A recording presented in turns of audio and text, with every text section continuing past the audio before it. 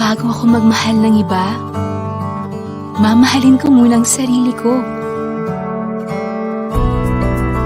Mag-iipon muna ako ng pag-ibig. Pag-ibig regular savings.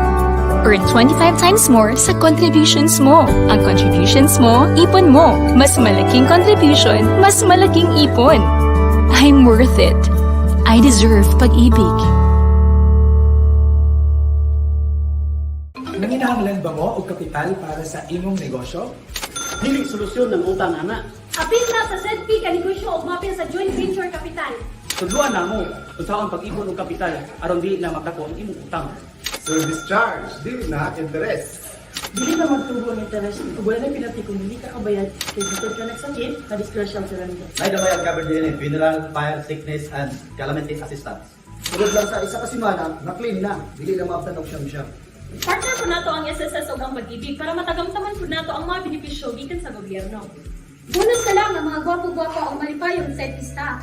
Sa ZP ka negosyo, business partners tayo. Apil na!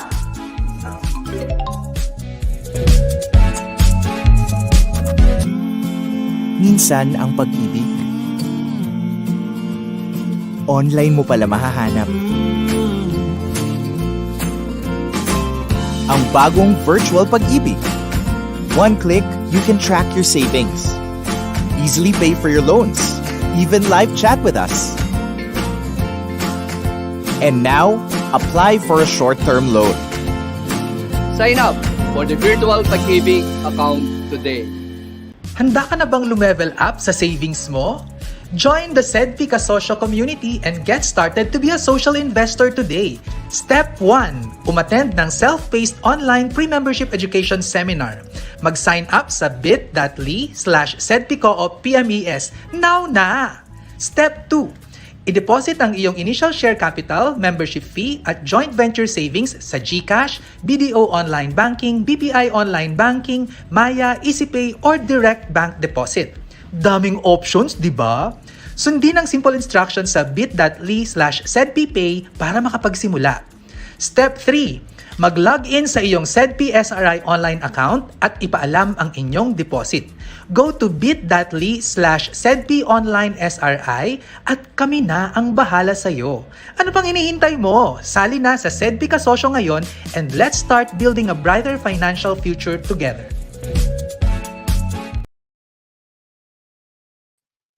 Hello mga kasosyo at mga kanegosyo, welcome po sa Usapang Pera Live. Ngayong episode po na ito ay exciting na naman ang pag-uusapan natin. Ako po ang inyong financial guro, si Sir Vince. At saan mang panig ng mundo naroon kayo ngayon, sana po ay nasa mabuti kayong kalagayan. Ang pag-uusapan natin ngayong episode na ito ay tungkol sa style empowerment, elevate your fashion savvy beyond sales and discount. Diyos ko naman, ano naman ang karapatan ko dyan tungkol sa mga fashion. Kaya po, nag-imbita tayo ng aking guest ngayon for this episode para pag-usapan ang tungkol sa fashion na yun. Kasi ako talaga hindi ako maaasahan sa fashion. Tamad akong tao. Ayokong pinag-iisipan kung ano yung aking isusuot. No? Kaya nag-invite tayo ng eksperto tungkol sa fashion. Makakasama po natin siya ngayon. Siya po ay tumira na sa 3 bansa, sa US, Italy, at saka syempre dito sa Pilipinas. At ang kanyang professional background po ay siya ay may karera o may career tungkol sa fashion sa Italy mismo. Di ba talaga ang Italy naman ay kilalang-kilala bilang fashion house natin yan. At siya rin po ay isang communication coach and certified teaching English as a foreign language instructor. Oh, talaga ba? So, ibig sabihin, magpapacertify pala tayo dito sa guest natin. Ayan. So, without further ado, imbitahan po natin ulit ang ating kasama, si Alex Ganzon. Hello sa'yo, Alex. Hi. Hello, Vince. Thank you. Thank you so much for having me. Magandang gabi po sa inyong lahat. Alam ko sa Pilipinas ngayon, anong oras ba? Alas 8. Dito sa Italy, 1:00 po. So, kakatapos po lang mananghalian. Ayan. So, happy. So, yun. Alex, turuan mo naman kami kung paano ba ina-navigate itong fashion na to. Kasi alam mo naman, parating na ang Christmas at New Year, I'm sure marami ang mga shopping ngayon. So ano yung mga guidelines? So I'll give you the floor, tapos syempre sisingit-singit ako ng mga katanungan ko sa iyo mamaya. Of course, of course. Sige, let's get started. Okay, so let me put up my slides. Okay. Ayan. So, kagaya nga ng sinabi mo, Vince, today ang pag-uusapan natin ay style empowerment. Okay? So, elevate your fashion savvy beyond sales and discounts.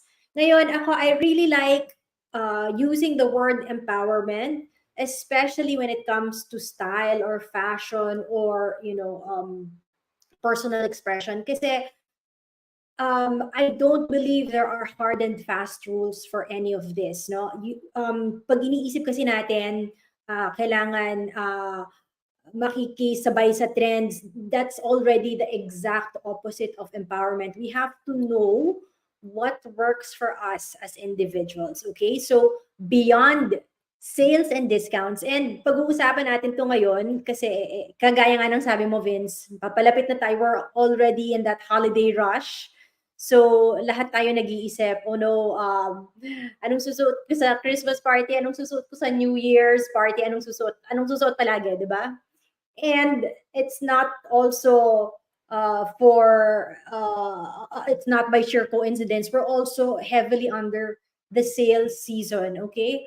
Last week, no, alam ko dyan sa Asia, 11/11 is so big, yung Singles Day. Dito sa Europe, up until, I think even last year, I started talking about it.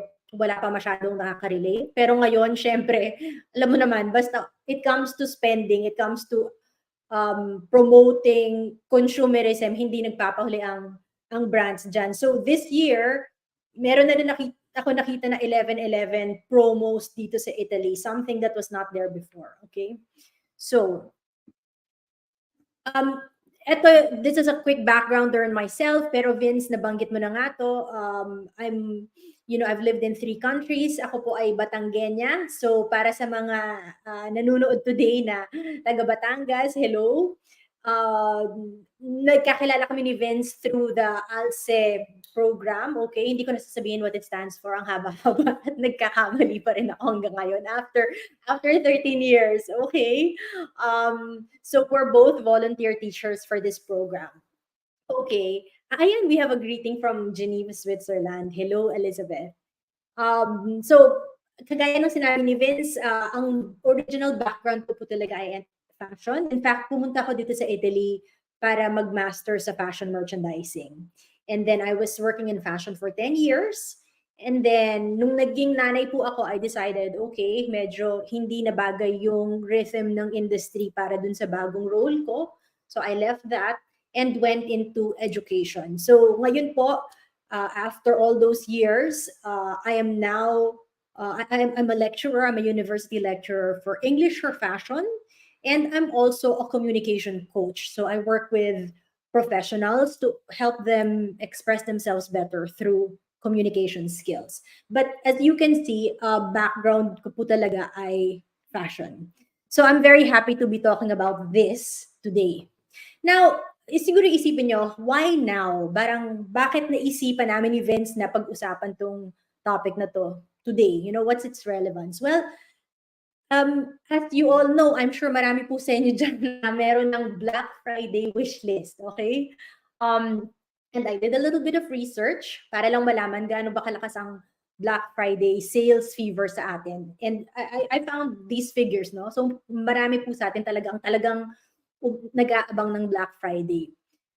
In terms of ano ba yung mga usually ginagastos at pinagkakagastosan, no?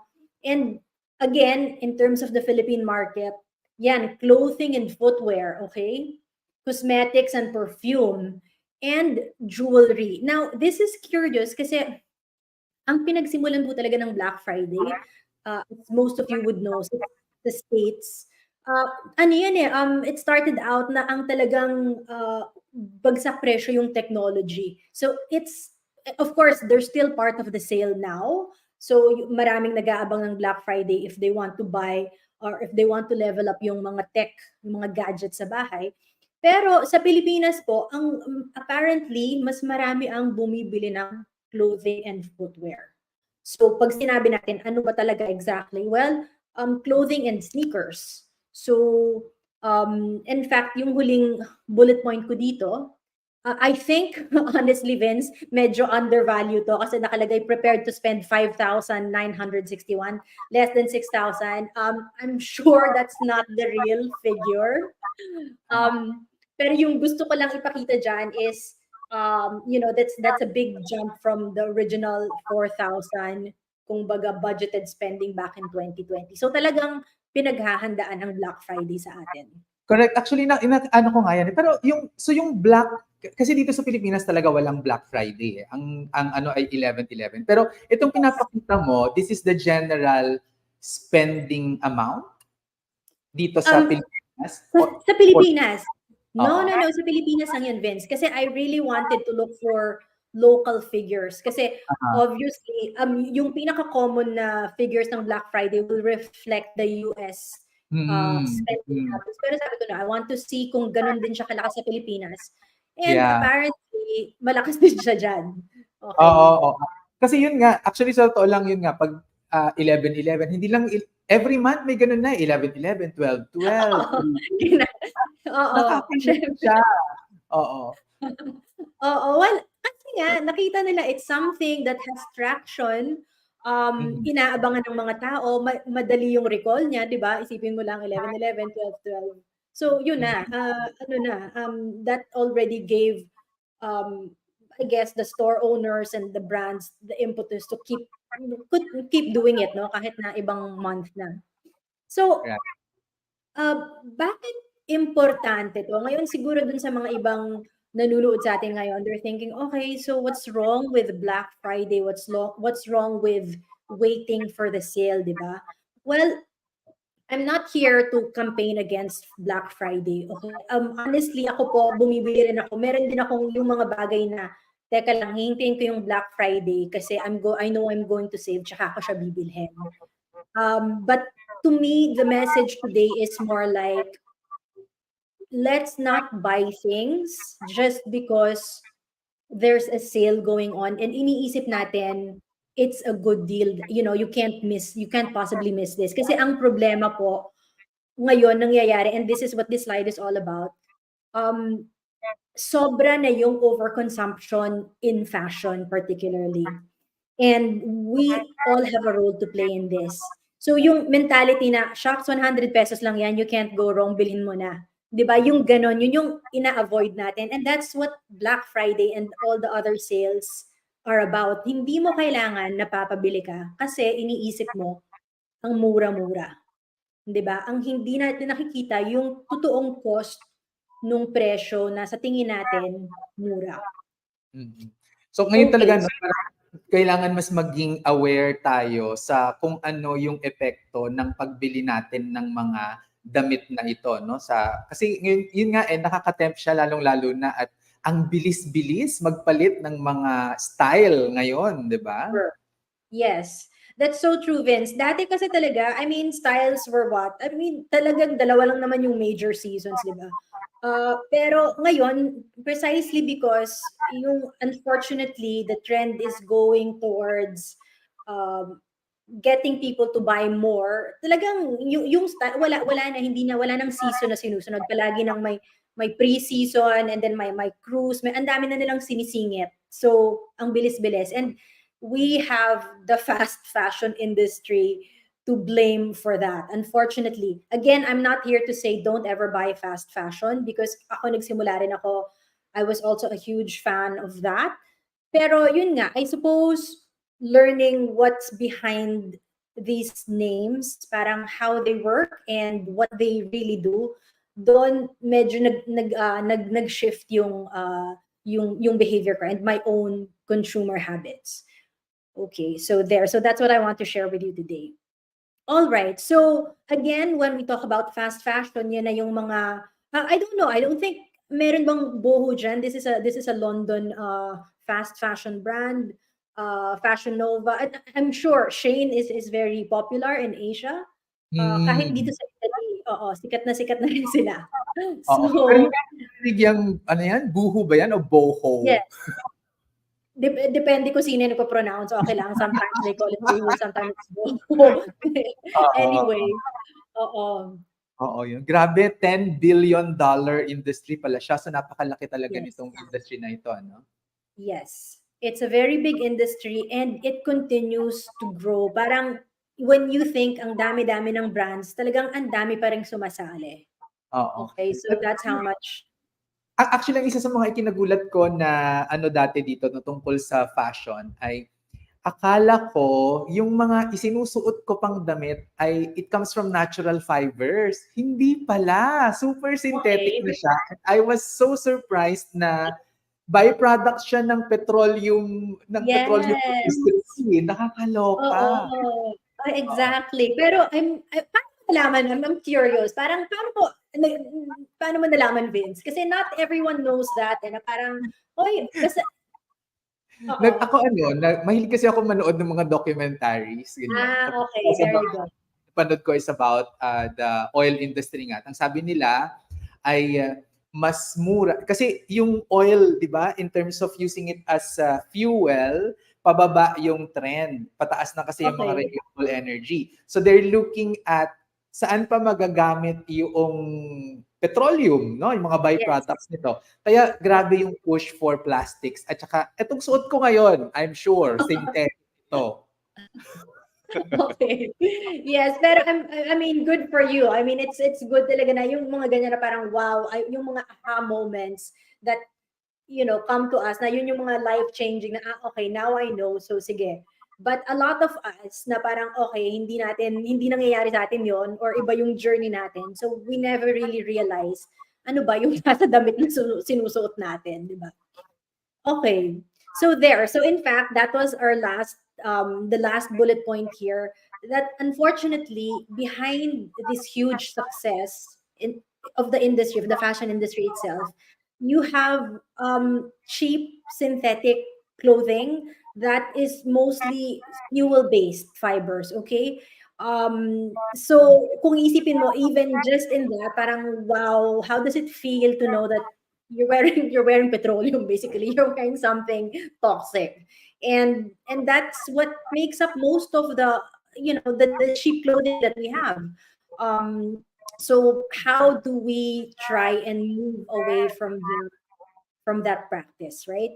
Okay, so in short, yung fashion consumption has really boomed beyond beyond proportions, and what's that done is that it's fueling overconsumption. So again, yung practice of buying and buying even if you don't need things, lalo na ngayon it's so easy to shop, and Mm. part of that it of course happened during the pandemic when all the vendors tried to reach consumers digitally, di ba? And made it so easy for us to buy. At saka, And talagang, yes, na-observe ko pa dyan, yung actually hindi na-observe, yung napanood ko pa dyan, especially in developed countries like the US or maybe, hindi ko alam kung dyan sa Europe, ganyan na rin, no? Pero ano daw mag-order ka, like, yes, ng damit, ano? Tapos syempre isusukat mo siya, different colors and different sizes yung kukunin nila. And then, i-retain lang nila yung gusto nila, tapos return yung iba. yes, Kapag exactly. ni-return mo yon, according to this documentary that I Mhm.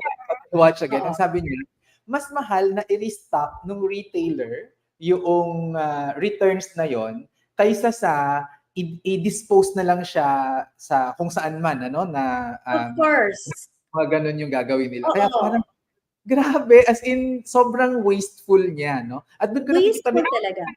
yung discrepancy ng developed world at saka tayo, no, dito sa Pilipinas. Dito naman tayo sa Pilipinas ay talagang yung mga damit, no, pag pumunta ka doon sa mga areas na I work with, sa mga low-income communities, talagang pudpud na yung damit. Tapos diyan talagang ang Oo. wasteful. Yes, that's so true, Vince. Kasi yun nga, they've just made it so easy. Dati ang daming hesitant mag-shop online kasi sabi nila, well, paano kung hindi maganda yung fit or paano kung mali yung size? So tinanggal nila yung barrier na yan. Okay, wala ka nang excuse. pwede mo naman isoli eh, wala namang cost to you. Pero instead, that's right, yung sinabi mo, ang mangyayari doon, malamang, they'll just get rid of it, they'll just throw it. Kasi mas mura kesa na ibalik nila sa retail shops. Okay, Right. so overconsumption, sustainability, and of course, environmental impacts. Now, I think the next slide, yeah. So this time, Vince, let's show them a short video because this is where I want to show people what I mean by environmental impacts of fashion. And I know this is something that people react to sustainability talks differently. Sometimes people are not so receptive kasi siguro inisip nila, malayo pa yan or matagal pa yan or hindi naman ako involved. But I chose this particular short video because I think it encapsulates everything and touches on all the different aspects that fashion affects the environment and therefore affects us as well. It's less than 2 minutes. It's going to show us what's really going on. And this is from a group called Fashion Takes Action. It's one of the groups that I follow. And in the end, it's also going to show you kung ano yung ginagawa nila. So just to give us an idea of what's already happening. Okay.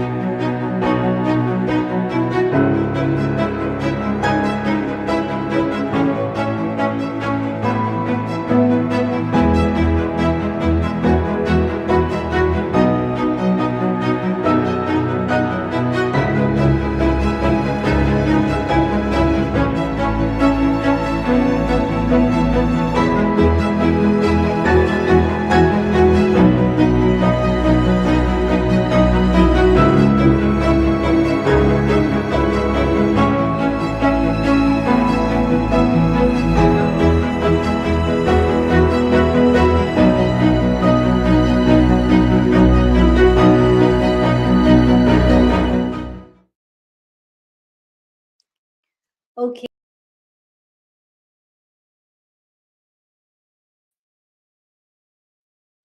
Ayan. So that's our short video, but short but powerful, no? I mean, even the background music, I think parang ano talaga siya, yung epic na, okay, something big is about to happen if we don't do something about it, right? And that really is the message behind that whole clip.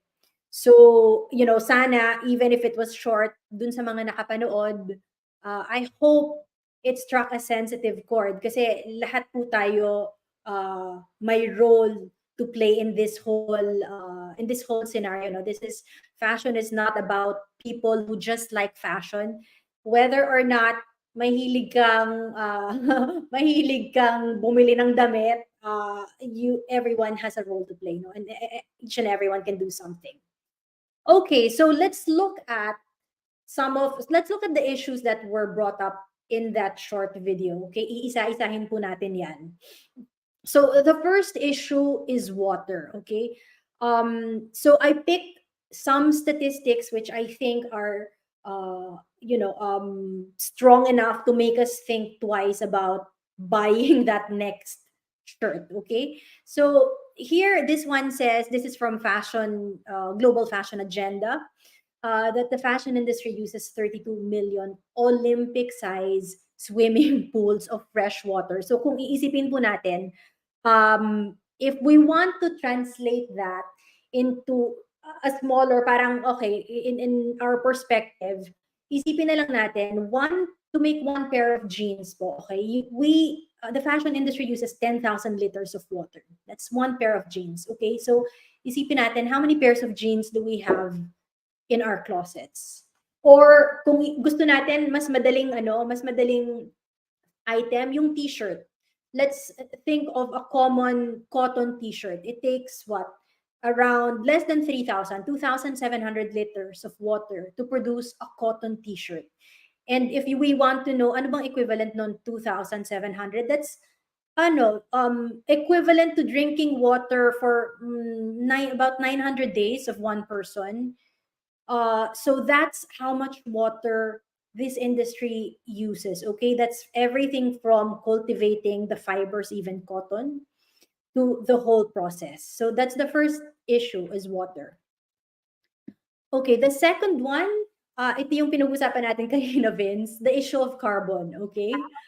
So yung mga nakikita natin dyan na nakapile up, yung mga cute clothing na gusto lang natin damputin because we think it looks cute. Maybe you'll wear it once or twice and then wala na. Yan yung katapat niyan.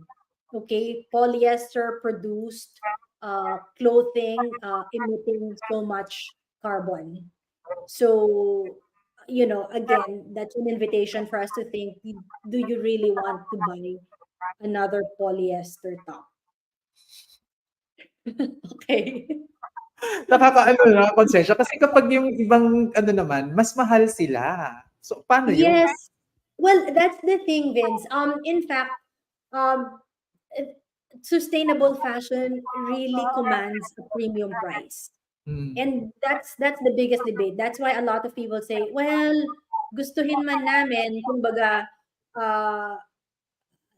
merong article na basa ko dati, parang how green are you as a consumer? Na parang, are you really green? Meaning talaga bang babayaran mo kahit mas mahal because it's sustainable, it's organic, or are you parang pistachio green? Meaning green ka lang to a certain extent, pero if it means paying extra, ayaw mo na. And unfortunately, malaki nga yung gap eh. So parang sa akin, before we even think of, sige, let's promote sustainable fashion, to me, the most sustainable thing is what we already have. So before we talk about buying something organic, tingnan muna natin, ano bang meron na ako? Pahabain mo na yun, no? Pahabain mo na yung gamit doon. O kaya, tulakan lang natin yung mga taong kanto dito, nakahubad sila, di ba? pwede naman yan dyan kasi wala naman kayong winter, hindi naman kayo magkakaroon. Dito medyo mahirap. Di ba? Okay, sige. So next, ito, textile waste. This is another big issue. Yung nakikita natin dito is an example of a landfill, meaning kung saan tinatambak ng mga brands yung mga hindi nila nabenta, and yung iba dyan, mga damit na siguro sinuot lang once or twice, tapos tinapon na ng mga tao.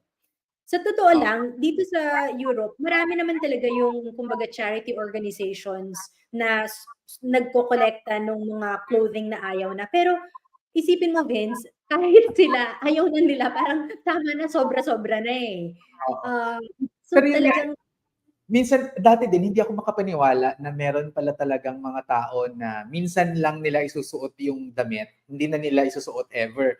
No, nung na-expose ako niyan sa mga celebrities, ganyan sila. So, kasi ayaw nila mag-photograph twice wearing the same outfit. Yeah. Okay. So, ang ginagawa naman nung iba ay, okay, instead na itapon yan or ganyan, they donate it para magamit pa ng ibang tao. Yes, that's true. In fact, some people do that. Pero, yun nga, well, unless you're a celebrity and talagang gusto mong ganun yung image mo na hindi ka nakikita na nag-uulit ng damit,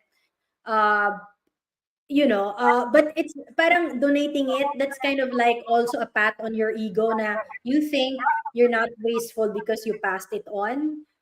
But that's not always the case, right? Kasi there are clothing na talagang it's just made of, the quality is so cheap na hindi na rin siya masuot eh. Ilang laba lang, tas wala na, parang nandalagas na siya. Right. So, Tapos di ba? yung proseso ng paggawa nito Alex, ano pa yung mga nakakasira? Bukod sa ito ay gamit sa petroleum, ano pa yung mga nakakasira sa kanya? Okay, well, here, that's good because our next slide is exactly on that. Yung chemicals that are used on our clothing. And that has to do with either yung dyes na ginagamit for the color or even chemicals that treat our clothes. Di ba? Kasi gusto natin malambot, gusto natin, may specific hand feel. So everything that goes into our clothes, na whether that's aesthetically or yung anong feeling niya pag hinawakan natin or anong itsura niya pag lumabas ng washing machine, all of that is chemicals, and unfortunately konti lang yung chemicals na talagang masasabing non-toxic. Now again, especially here in Europe, there are certification boards that are strict, lalo na when it comes to children clothing. Adult clothing hindi masyado, parang wear at your own risk. If you get an allergic reaction, problema mo yan. Pero sa mga bata, strict sila. Kaya mahal ang children's clothes dito, sa totoo lang. Oo. Tapos Because of naalala ko rin Alex, in the 80s and up to the early 90s ang Philippines mayroon pang robust na garment industry. Tapos Yes. patay na siya. Bakit Yes. nawala yung Pilipinas sa mundo ng garments? Kasi ngayon parang I think India, Bangladesh, Sri Lanka. Bangladesh, Pakistan, Yes, Sri Lanka, yes. Oo. Well, So ano yung reason behind that? Well, Vince, the truth of that is nagkaroon ng natalo tayo in terms of mas cheaper yung labor sa kanila. I mean, that's to make the long story short. And again, if we want to drag politics back into it, that at that time, maybe for the US, it was convenient to support us. The things have changed since then. So, unfortunately, kumbaga nawala yung industry na yun sa atin. Although, now, I would say, siguro wala na, I mean, hindi na tayo major player in that sense. Pero, I'm happy to see that our creativity naman, so moving from the labor component to the actual creativity, meaning, ideation and actually putting something new out there, mas nagiging recognized naman. I'm going to say that because last year, di ba, meron na tayong Vogue Philippines, and to me, that's a stamp of approval from the fashion industry. Not every country has its own Vogue. So when you have your own Vogue, yes, Vogue, ganyan. Ibig sabihin, Anna Wintour thinks na may K ka na as a country. So, meron tayo. Oo. Pero in terms of the effect nito sa Sustainable Development Goals, ano yung mga naaapektuhan diyan? Okay, sige. So that's our next slide. And here I just showed all the SDGs, 17 of them. And when we think about that video and yung previous slides that I showed, so makikita natin ang fashion really touches on two major areas, and that's yung environmental related na sustainable development goals and labor related. Okay, so you'll see that's like 6 or 7 of the SDGs in total. And interestingly enough, since sobrang importante na nga niya as a topic, as an issue, now the UN has its own, kumbaga, its own agency that looks after fashion. Kasi naisip nila, hindi na po pwedeng, we can't leave fashion unregulated for another, so many years. Yun kasi yung problema this is a very non-regulated industry. So nobody has been policing fashion for the longest time. That's why things got so bad. So grabe pala, 7 Sustainable Development Goals yung naapektuhan ng fashion. Pero meron ka ring binabanggit na 7 R's of fashion. Ano ba yung mga Yes. R's na yan? Yes, okay. So ang ating response naman to this crisis are eto 7 R's of fashion, and this is again still from Fashion Takes Action. Usually alam natin na ano is 3 R's lang, 'di ba? Parang recycle, reuse and reduce. This time they added, and this is very specific to fashion. So you have reduce, reuse, repurpose, okay? Repair, resale, rent, and recycle. Okay, so yan. So ang dami na, wala ka na talagang choice, meaning siguro naman isa dyan kaya nating gawin. Diba? Okay, sige. So dyan sa R's na yan, Alex, ano yung pinaka-paborito mo? Yung paborito ko dito is reuse. Kasi ano talaga, I think, since I was young naman, maingat talaga ako sa gamit, Vince, kahit sa damit. So, I'm not one of those people na bibili tas one time and then that's it. Actually, I hold on to my things, to my clothes for a very, very long time. So, yes. Yung sa akin naman, ang mas ginagawa ko ay parang to keep it simple. Kasi Yes. sa totoo, ang nakikita ko rin ay ayoko nung ang tagal-tagal ko sa harap ng closet at nag-iisip kung ano yung isusuot ko. No? So, paano ko malalaman yung fashion footprint ko? Ano ba yung konsepto na yan? Okay, sige. So fashion footprint, so good. So ngayon na may awareness na tayo, 'di ba? And some people think, okay, ngayon parang alam ko na, I know all yung cost of fashion, parang where do I start? Marami kasing parang napaparalyze pag nakita nila yung ganyang data na parang, ano yung sabihin, hindi na ako bibili ng damit. Hindi ganon. So ang una na i-recommend, alamin muna natin, ano ba yung fashion footprint? Meaning, ano ba yung impact ng ating fashion behavior, fashion choices, okay? So, this is a very simple exercise. Kung nakikita po nyo, screenshot nyo yan. This is from a website called threadup.com. And ito po, this is a very simple calculator. They'll just ask you questions about your behavior. Kung kayo ba ay ilang beses ba kayo namimili ng damit in 1 year, ilang beses nyo nilalabhan, mga ganyan. So it doesn't have to, it's not precise, okay? Pero ang kagandahan yan, after this whole set of questions, they give you this result. So parang indication, nasaan ka as a consumer, personally, ano ang impact ng fashion choices mo. And after that, they even give you recommendations to improve that. So this is my own fashion footprint. So I was actually happy to see that. It's not as low as I had hoped, pero at least, it says progress, not perfection. So that's good.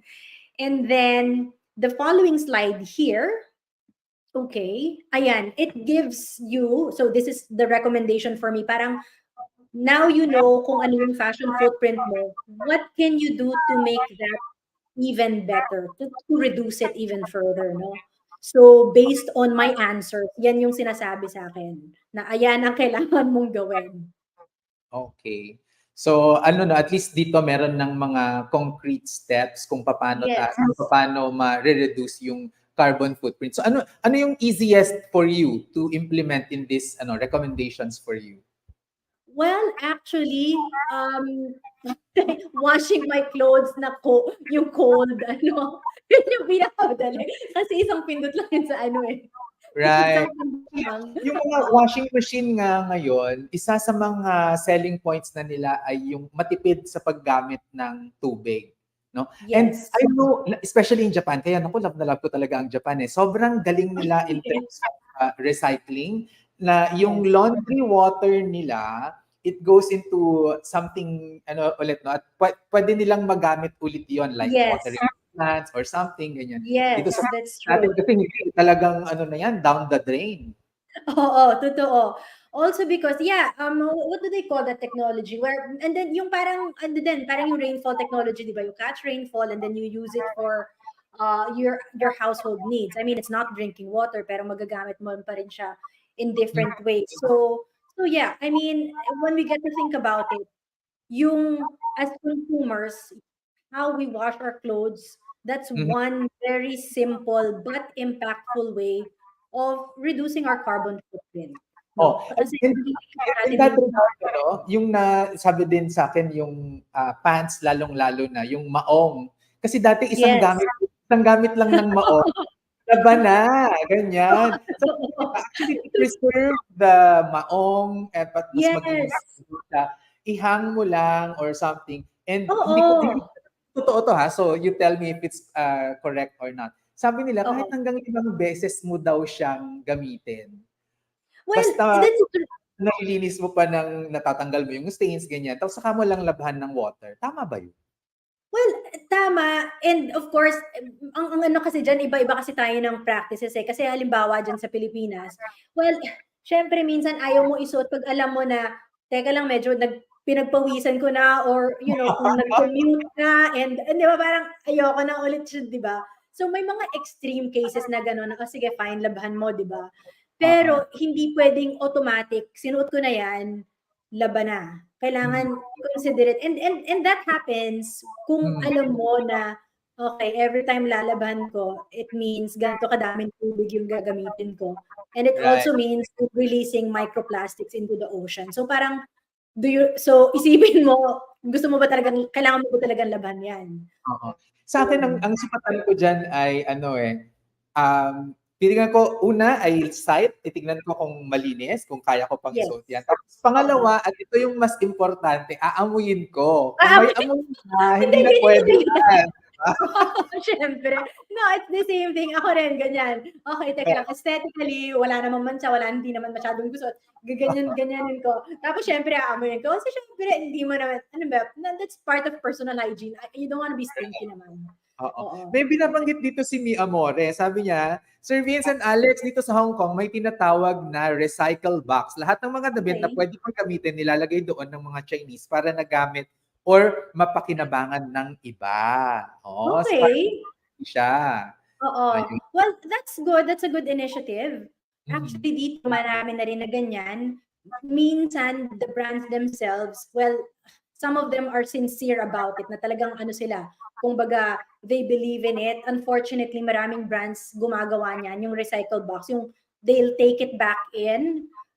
Pero sa totoo lang, kasi alam nila guilty sila. Kasi alam nila na short-lived yung damit na binili mo sa kanila. So talagang at some point, parang sige, they will just take it back in para hindi mo itapon sa labas.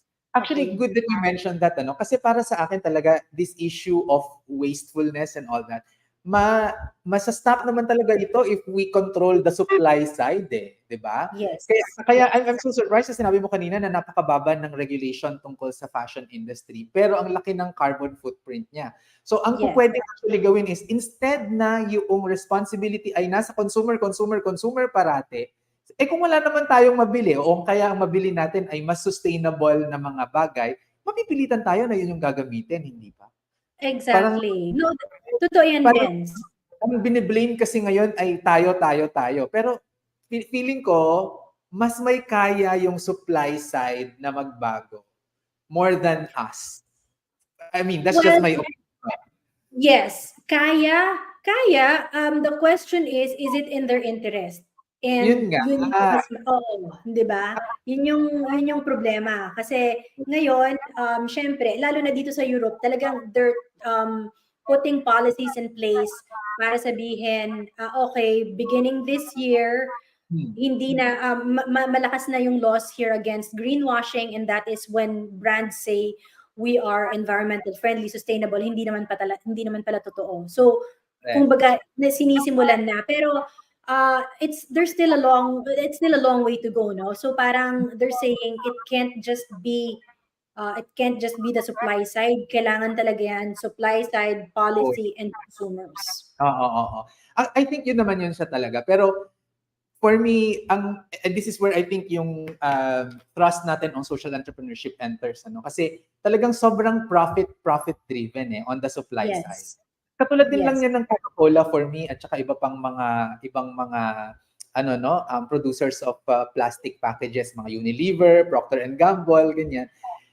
Parang tayo pa yung kinokonsensya na, "Uy, i-recycle mo yung plastic na binili mo." Parang Oo, teka lang, ikaw nag-produce na lang. mas mayroon kayong kaya na baguhin ito. Bibili naman ako talaga meron pa bang nakabote na Coke ngayon? Gusto ko 'yon. Yeah. Nasaan na siya? 'Di ba? That's true. That's true. Yun yung point ko. I think mas natatali yung kamay ng consumers because of the options provided to us. So, Yes. yun.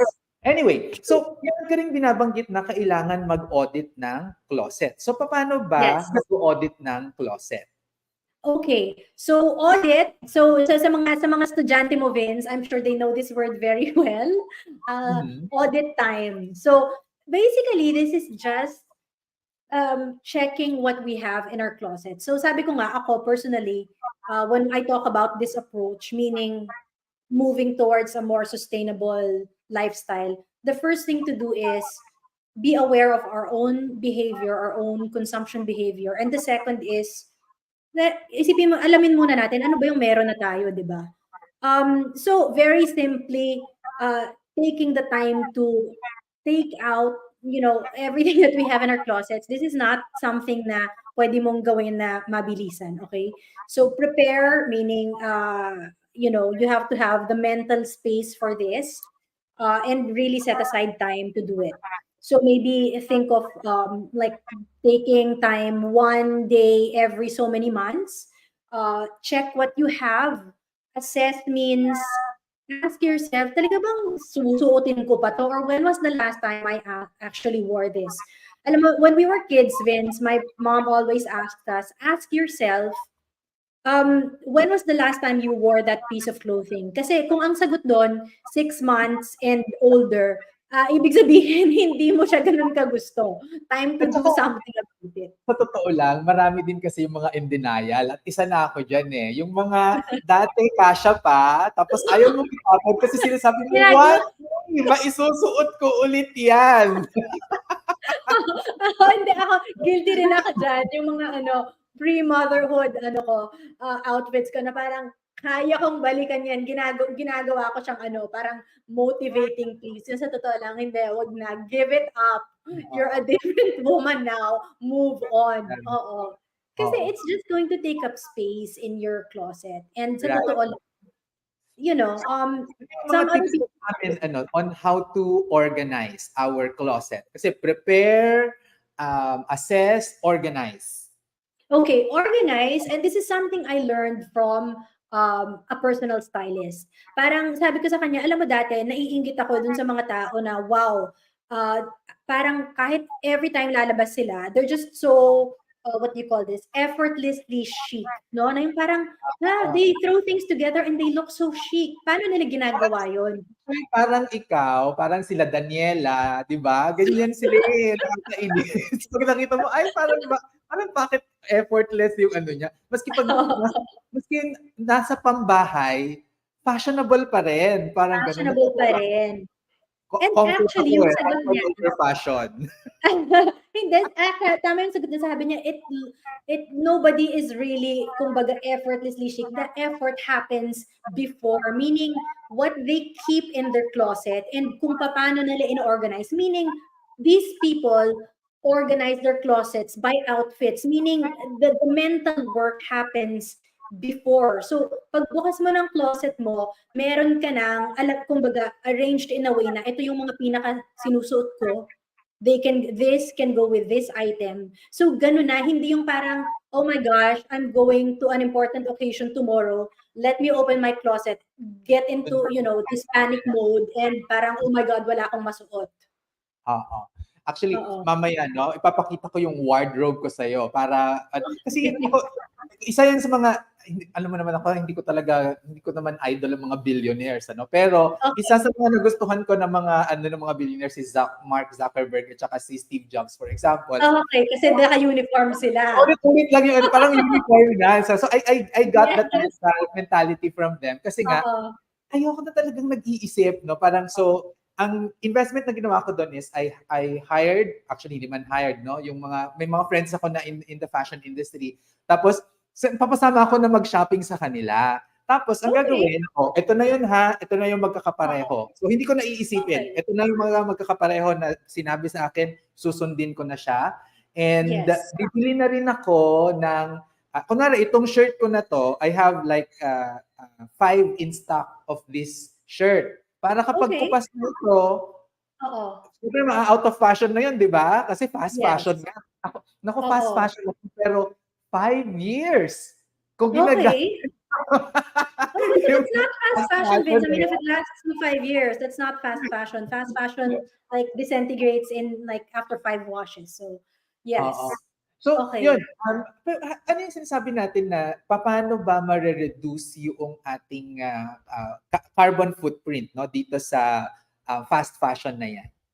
Okay, so reduce, which is one of the 7 R's, no? So yung unang-una, again, balikan natin, you have to, when we say shop your closet, look at what you have and parang fall in love with your clothes another time and, see them under a different light. Choose practical items and wardrobe classics. And we'll go into that later, no? Yung word na classic. Quality over quantity. Okay, this is the big kumbaga hurdle for a lot of people kasi nasanay na nga tayo with fast fashion, cheap clothing, meaning parang mas gusto natin yung idea ng haul, 'di ba? Yung mga influencers na they show their haul, meaning ito yung isang katutak na damit na binili ko on sale, which will probably last them 2-3 washes, pero kasi nga they're quantity centric more than quality. And then avoiding avoiding impulse purchases, which is why we're talking about this ngayon na pagdating ang Black Friday. And of course, reducing laundry na pinag-usapan na natin kanina. Okay, so these are very simple but actionable ways of how we can reduce our fashion footprint beginning today. Okay, so we're not saying let's wait tomorrow. There's something we can do right now. Okay, so ngayon naman, let's talk a little bit about the idea of a capsule wardrobe. Ngayon, medyo nagiging buzzword. Pero sa totoo lang, this is not a new concept, okay? This is, I think, from way back in the 70s, which really means this. There are different ways that people define a capsule wardrobe, pero I chose this one because I think this is the most appropriate definition, no? So, a collection of essential pieces, okay, that can be mixed and matched to create a variety of outfits. So let's pay attention to the words essential, okay, and then mixed and matched, and the word variety. Kasi yan talaga ang backbone ng capsule wardrobe, okay? So, why is a capsule wardrobe sustainable, or how is it sustainable? Bakit natin siya pinag-uusapan in the realm of sustainable fashion? Well, kasi it involves being mindful, okay? For you to build a capsule wardrobe, this is something that you have to think about, na hindi yung parang this goes against the whole idea of impulsive buying. It's minimalist because it invites you to really decide what are essential pieces, okay? Not everything is essential. So in that it also battles wastefulness. Kasi ang pag-uusapan natin dito, ano ba yung mga foundation pieces mo na in the end, after that, once you have that, you're good to go. You just accessorize, mix and match, and that's it. Timeless. So again, emphasis on quality. These are pieces that are meant to last you years. Hindi ito yung mga bagay na binili mo for a specific occasion and then, hindi mo na alam kung kailan mo na ulit siya masusuot. So quality over quantity. That's why the idea and the practice of having a capsule wardrobe is sustainable. Okay, yes. Okay, ayan. So, nagkakagulo yung sa camera dito ngayon, ano? Pero, gusto ko Yes. i-sa'yo yung aking capsule na Okay. capsule set. So, tignan mo kung Yes. papasa. Okay. Ayan, okay. So, actually, ako, basic colors lang lahat yung ano yung binigay, no? So, yung Yes. so if you take, let me just fix this. Ayan. Wait lang. Remove. Ito, baliktarin lang natin. Ayan. Yes. Okay. So, ito. Ayan. Okay. Tatlong colors lang talaga yung sinusuot ko. So, meron akong white na Okay. polo. Yes. Tapos, meron akong light blue. And meron Okay. akong dark blue na polo. Tapos, pag Okay. nakaharan, pinapaano ko na kay Manang, pinapalislis ko na siya para Okay. hindi ako mahirapan na maglislis. Ayan. Right. Tapos, I have meron lang akong tatlong pants, no?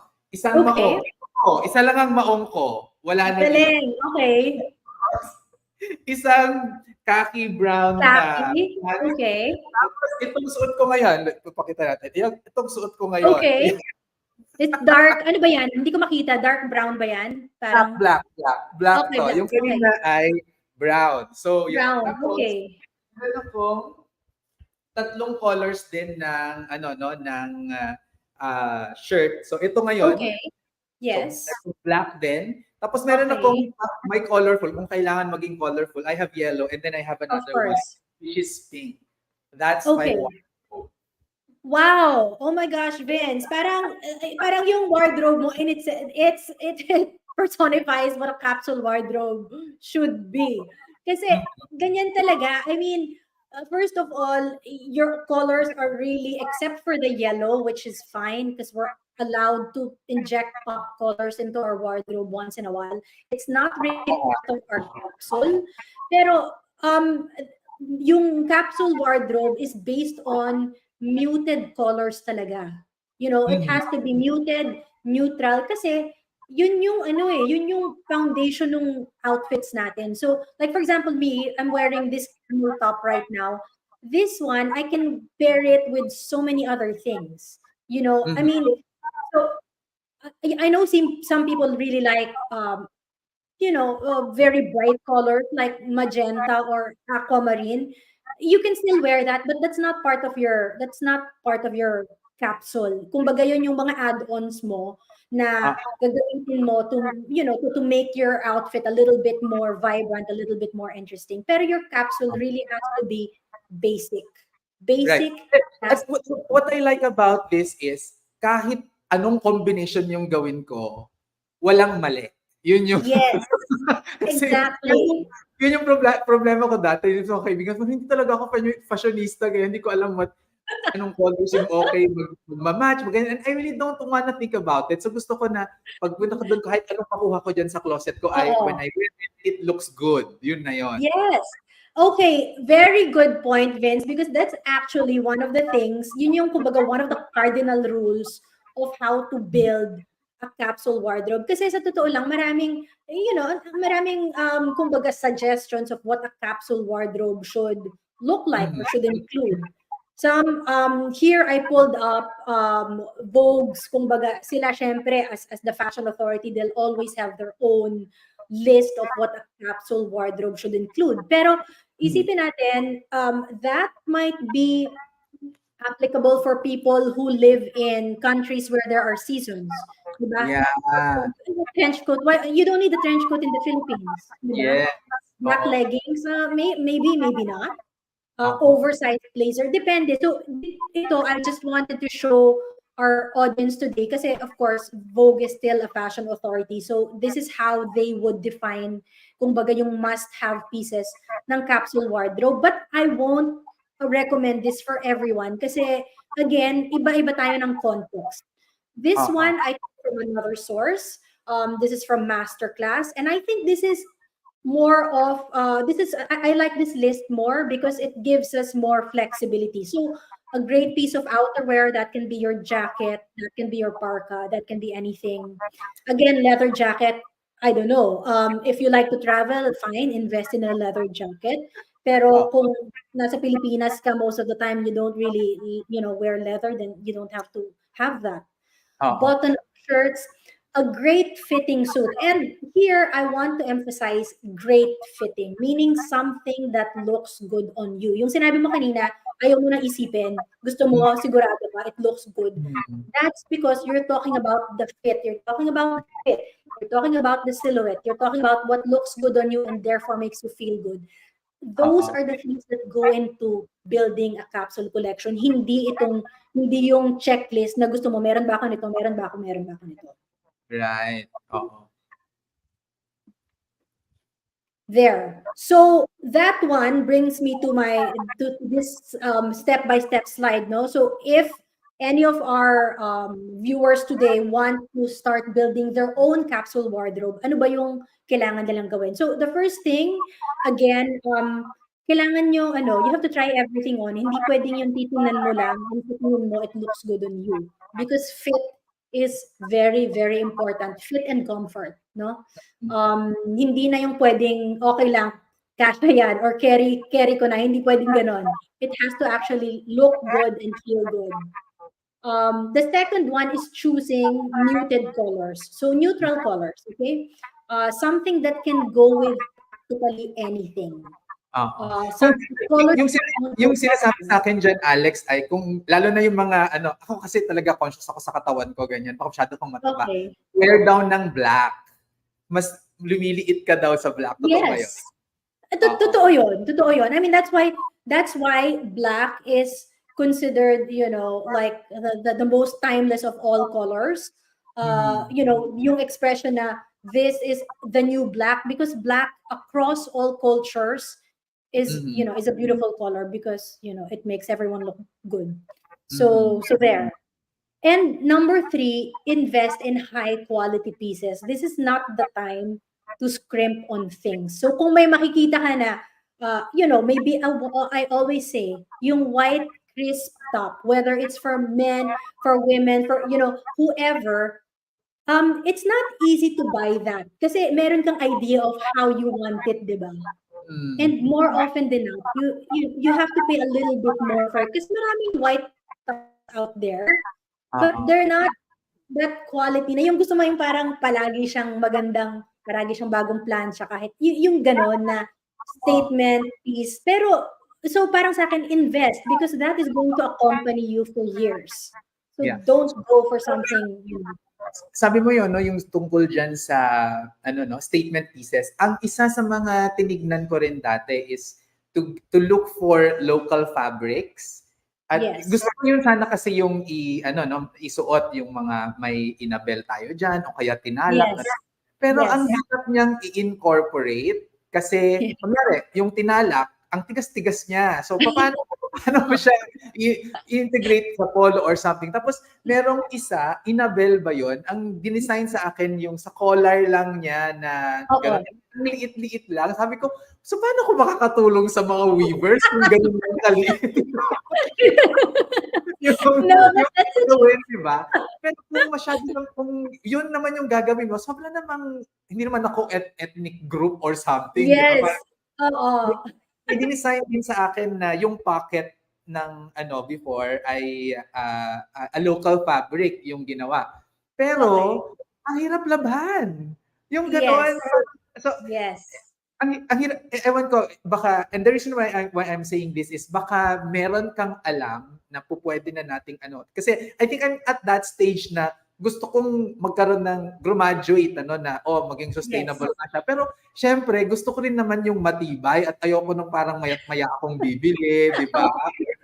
Yes. No, that's so true. I'm happy you brought that up, Vince. Kasi ako rin, I mean, when I'm there, and yun nga, one of the reasons why I studied fashion is because I want to promote Philippine fashion. So I still have that.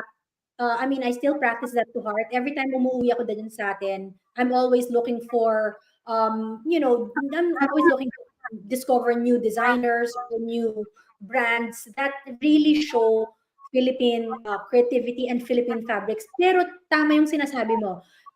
Unfortunately, a lot of our local weaves are not yet stable, meaning pag sinuot mo, hindi siya, alam mo yun, first of all, marami sa kanila kailangan hand wash. Hindi mo pwedeng i-washing machine. And to me, that's a problem kasi mag-isa lang ako dito. I have to do everything. I don't have the time to hand wash all the time. Ang hand wash ko, ibababad ko yan overnight. Next day, ganyan. That's it.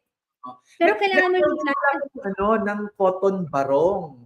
Pero yun ang hirap pa rin, mahirap pa rin siya na mahirap pa rin siya, di ba? But yun yung kasi pag natural fibers, so on one hand, it's good because a lot of us use natural fibers like banana fibers, albaca fibers. Pero yun yung price nun is, it's not very easy. High maintenance siya. There you go. That's the easiest way to put it. It's high maintenance. And you're right. You don't want to look like parang naka-costume ka, di ba? So, ngayon, parang, may cultural night. Yung sinasabi mo na may maliit na detail lang, that's actually a creative way. And I have some pieces na ganyan. Kasi parang sa akin, okay, I want to promote Philippine fashion, pero I don't want to look off naman, lalo na dito when it's winter. Yeah. Lalabas ako, tapos parang, alam mo yun, hindi naman ako pa pwedeng naka-abaka or ano. Kasi syempre, kita ng mga tao, nilalamig ako. So I have to be creative in a way that they see something different and unique about it. But at the same time, it looks good. It looks okay with modern day contemporary clothing. That's why ganyan lang, parang touches of Philippine fabric. Inisip ko nga, ang isa na pwede on the local fabrics, baka mas wallet yung gawin, no? Mga wallet or purses. So, accessory more na lang instead na yung sa damit. Yes. Anyway, so alam ko mahilig ka sa mga quotes, Alex. So, ano ba yung pa-quote mo sa amin ngayon? Yes. Okay, so this is my concluding quote for today. And it might seem strange because this is coming from Iris Apfel, who is the icon for maximalism. I mean, we've been talking about sustainable fashion, capsule wardrobe, which is all really associated with minimalism. Pero I want to leave you this thought just because I want to emphasize on what style should be all about, no? And she says, fashion is something you can buy, but style you possess, okay?